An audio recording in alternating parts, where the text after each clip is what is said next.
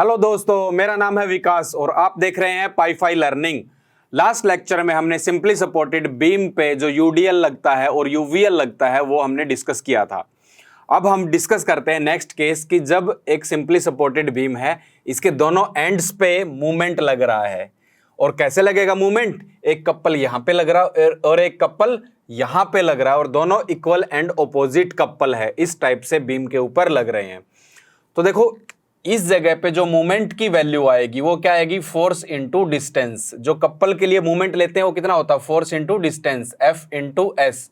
और यहां पर भी मूवमेंट की वैल्यू क्या आएगी? F into S. तो ये मूवमेंट हो गया, इसको एम ही लिख लेते हैं हम।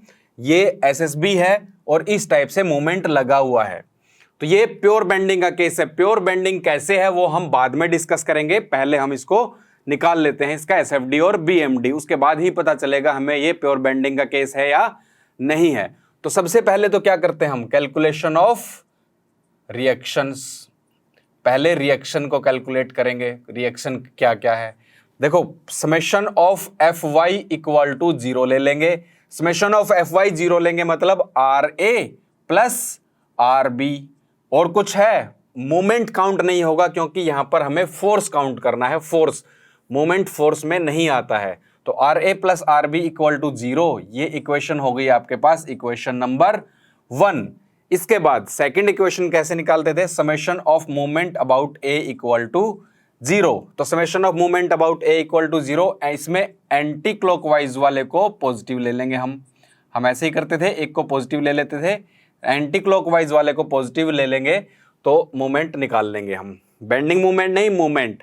पहले भी बताया था मैंने, एंटी क्लॉकवाइज को पॉजिटिव ले सकते हैं, आप चाहें तो क्लॉकवाइज को भी पॉजिटिव ले सकते हैं, बट एंटी क्लॉकवाइज पॉजिटिव है तो क्लॉकवाइज नेगेटिव हो जाएगा। देखो ए पॉइंट के अबाउट ये क्या कर रहा है? कैसे मूव करवाने की कोशिश कर रहा है?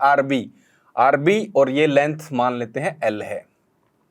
RB into L anti clockwise है तो पॉजिटिव आएगा, प्लस का आएगा आरबी इंटू एल। फिर ये m जो मूवमेंट है ये भी इसी डायरेक्शन में इसको रोटेट करवाने की कोशिश कर रहा है, तो प्लस m। इसके साथ डिस्टेंस मल्टीप्लाई नहीं होगा क्योंकि ये पहले ही मूवमेंट है। तो मूवमेंट है ये भी, ये आपका किस में था? न्यूटन में, और इंटू डिस्टेंस से मल्टीप्लाई हुई तो न्यूटन मीटर, और मूवमेंट भी आपका न्यूटन मीटर में ही होता है। अब नेक्स्ट, इसके बाद कुछ नहीं लग रहा। अब ए पॉइंट पे भी मूवमेंट लग रहा है और ए पॉइंट के अबाउट किस डायरेक्शन में रोटेशन हो रही है उसकी? क्लॉकवाइज डायरेक्शन में। अब आप कहोगे कि सर ए पॉइंट पे तो हम लेते नहीं थे, जब डिस्टेंस लेना हो, जैसे आर ए नहीं लेंगे क्योंकि आर ए का परपेंडिकुलर डिस्टेंस ए पॉइंट से 0 है, बट मूवमेंट लग रहा है, ये मूवमेंट जरूर काउंट होगा। तो माइनस एम, क्योंकि ये क्लॉकवाइज डायरेक्शन में है, इक्वल टू 0। इस m से ये m कैंसिल हो गया, तो RB की वैल्यू क्या आई आपके पास? 0। और RB की 0 आएगी, इसमें पुट कर दोगे RB इक्वल टू 0 तो RA भी 0 आ जाएगा। तो दोनों रिएक्शन आपके पास 0 आई, RB भी 0 और RA भी 0, दोनों रिएक्शन 0 आ गई। अब करते हैं हम शियर फोर्स की कैलकुलेशन। तो शियर फोर्स देखो, shear force between A and be directly निकालेंगे, ए और बी के बीच में, क्योंकि उसके बीच में और कोई लोड नहीं लग रहा है। और कैलकुलेशन किस साइड से कर रहे हैं हम? फ्रॉम राइट हैंड साइड से ही कैलकुलेशन करेंगे। तो राइट हैंड साइड वाला जो फ्री बॉडी डायग्राम है वो बना लेंगे। यहां पर आर बी और आर बी की वैल्यू 0 है और यहां पर एक मूवमेंट लग रहा है m, और इस पॉइंट पे हम x यहां से इस x डिस्टेंस पे, b पॉइंट से x डिस्टेंस पे एक एक्सिस ले लिया है, इस जगह पे हम निकाल रहे हैं शियर फोर्स। तो देखो शियर फोर्स की वैल्यू क्या आएगी? एक तो RB आएगा, बट RB क्या है? 0 है, तो प्लस लो माइनस लो उससे कोई फर्क ही नहीं पड़ेगा, RB की वैल्यू 0 आएगी। उसके अलावा m तो मूवमेंट है और मूवमेंट फोर्स नहीं होता है, तो मूवमेंट आपका काउंट नहीं होगा। उसके अलावा कुछ भी नहीं लग रहा है, तो शियर फोर्स की वैल्यू 0 आएगी। कंप्लीट A एंड B के बीच में 0 आएगी। ये वैल्यू कांस्टेंट भी है, कांस्टेंट ही रहेगी क्योंकि यहां पर कोई x नहीं आया है, तो शियर फोर्स जो है 0 आएगा। उसके बाद बेंडिंग मूवमेंट देख लेते हैं। बेंडिंग मूवमेंट एट x, यहीं पे इसी जगह पे बेंडिंग मूवमेंट निकालने की कोशिश करते हैं। तो बेंडिंग मूवमेंट की वैल्यू देखो क्या आएगी? RB इंटू एक्स, और ये क्या आएगा? ये RB जो है इसको RB, सिर्फ RB लेंगे तो इसको ये वाली हैप्पी सिंग वाली शेप बनाएगा, तो ये पॉजिटिव आएगा।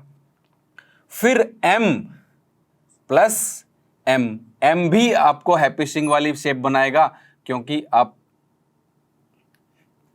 इस टाइप से लेंगे, ये x एक्सिस है और यहां पर M इस डायरेक्शन में लग रहा है, तो M की वजह से ये बनेगा, ये हैप्पी सिंग वाली शेप बनेगी, तो प्लस M। और RB क्या है, ये आपके पास 0 है, तो बेंडिंग मोमेंट आपके पास at x equal to M आया।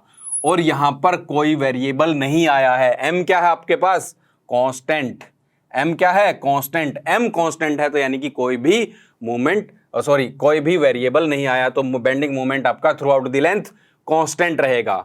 अब इसका SFD BMD बना लेते हैं, जो कि बहुत इजी है। अब आपको SFD BMD बनाने में कोई प्रॉब्लम नहीं होगी, तो पहले SFD बनाते हैं। SFD क्या है, 0 0। SFD क्या है, 0 ही है, शेयर फोर्स 0 ही है, तो SFD इसका बिल्कुल ऐसे ही एक लाइन बनेगी जो इसी 0 0 के ऊपर होगी, यह आएगा SFD। और SFD जो आएगा वो आएगा line coinciding with 0, line coinciding with 0। और दूसरा बेंडिंग मोमेंट, बेंडिंग मोमेंट आपका क्या आएगा, बेंडिंग मोमेंट कितना आ रहा है, प्लस M आ रहा है, प्लस M। तो यहां से ये सपोज करो 0 0 है और प्लस M मान लेते हैं हम, ये इतना प्लस M है यहां से, तो ये आपका प्लस आएगा और ये वाला डायग्राम आएगा आपका बेंडिंग मोमेंट का। तो यहां पर M, यहां पर भी M, तो ये आपका बेंडिंग मोमेंट डायग्राम आ गया, BMD। अब बात करते हैं कि इसको प्योर बेंडिंग क्यों कहते हैं। देखो इसको प्योर बेंडिंग इसलिए कहा जाता है, प्योर बेंडिंग कब कहा जाता है वो चेक कर लेते हैं। प्योर बेंडिंग तब कहते हैं जब बीम के ऊपर through out the length constant bending moment लग रहा हो। क्या लग रहा हो, कांस्टेंट बेंडिंग मोमेंट लग रहा हो, बट शियर फोर्स 0 हो। कांस्टेंट बेंडिंग मोमेंट हो और शियर फोर्स 0 हो, उसको कहते हैं प्योर बेंडिंग। और इसमें भी देख सकते हैं through out the length shear force 0 है और बेंडिंग मोमेंट कांस्टेंट है। शियर फोर्स 0 है और बेंडिंग मोमेंट कांस्टेंट है, इसीलिए इसको कहते हैं प्योर बेंडिंग। तो ये हुआ आपका सिंपली सपोर्टेड बीम पे जब दोनों एंड्स पे मूवमेंट लग रहा हो और ये इक्वल एंड ऑपोजिट लगता है। कैसे लगता है, अगर आप एक डायरेक्शन में, दूसरा एंड अगर फिक्स भी है, ये एंड फिक्स भी है और इस डायरेक्शन में अगर मूवमेंट लगाओगे तो मेरा हाथ जो है ऑपोजिट डायरेक्शन में अपने आप मूवमेंट लगाएगा। या ये कह सकते हो कि सिंपली सपोर्टेड बीम है तो दोनों साइड आपने मूवमेंट लगा रखा है, या दो कपल है जो इक्वल एंड ऑपोजिट कपल, जिसकी वजह से दोनों एंड पे इक्वल एंड ऑपोजिट मूवमेंट लग रहा है। ठीक है, तो आज के लेक्चर में इतना ही, बाकी हम पढ़ेंगे नेक्स्ट लेक्चर में इससे अगला केस।